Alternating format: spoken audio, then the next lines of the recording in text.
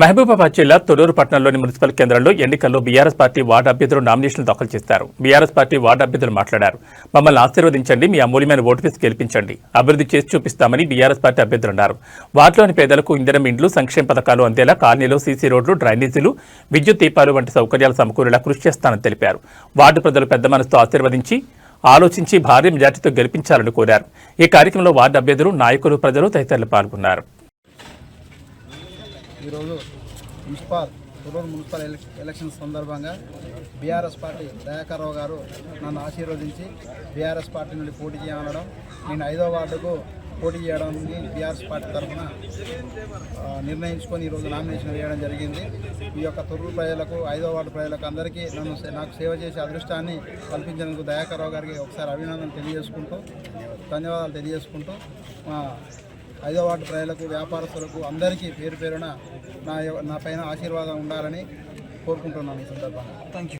పాలకుర్తి నియోజకవర్గంలో తొర్రూరు మున్సిపాలిటీలోని గతంలో మేము 9వ వార్డులో కౌన్సిలర్గా పనిచేశాము. దయన్న గారి అభివృద్ధి మా కృషితోని 9వ వార్డులో మేము చాలా మంచి పనులు చేసి అందరితోని మంచి పేరు తెచ్చుకున్నాము.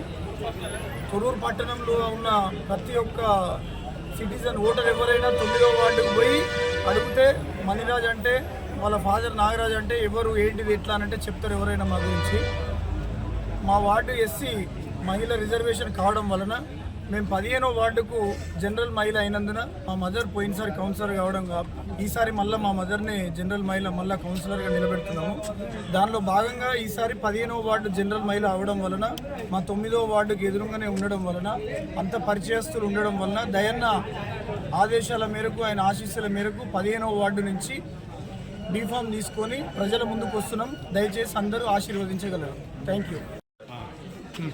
తొర్రూరు మున్సిపల్ ఎన్నికల్లో భాగంగా ఈరోజు 7వ వార్డు నుంచొని బీఆర్ఎస్ పార్టీ బలపరిచినటువంటి వ్యక్తులు, మన కీర్తిశేషులు మాడిగల నట్వర్ గారి వారసులైనటువంటి మాడిగుల భవానీలత మరి వారి కుమారుడైనటువంటి రోహిత్ గారు నామినేషన్ వేయడం జరిగింది.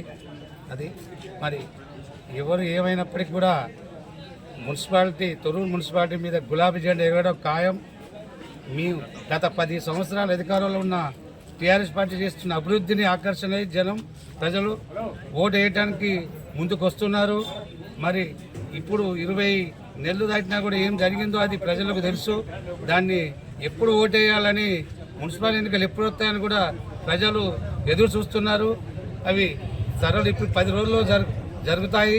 అవి చేత 7వ వార్డులో అఖండ విజయం సాధిస్తాం. భారీ మెజార్టీతోని కౌన్సిలర్గా భవానీలత గెలుపు ఖాయమని దయాకర్ రావు గారికి తీసుకుపోయి చూపెడతామని చెప్పి థ్యాంక్ యూ.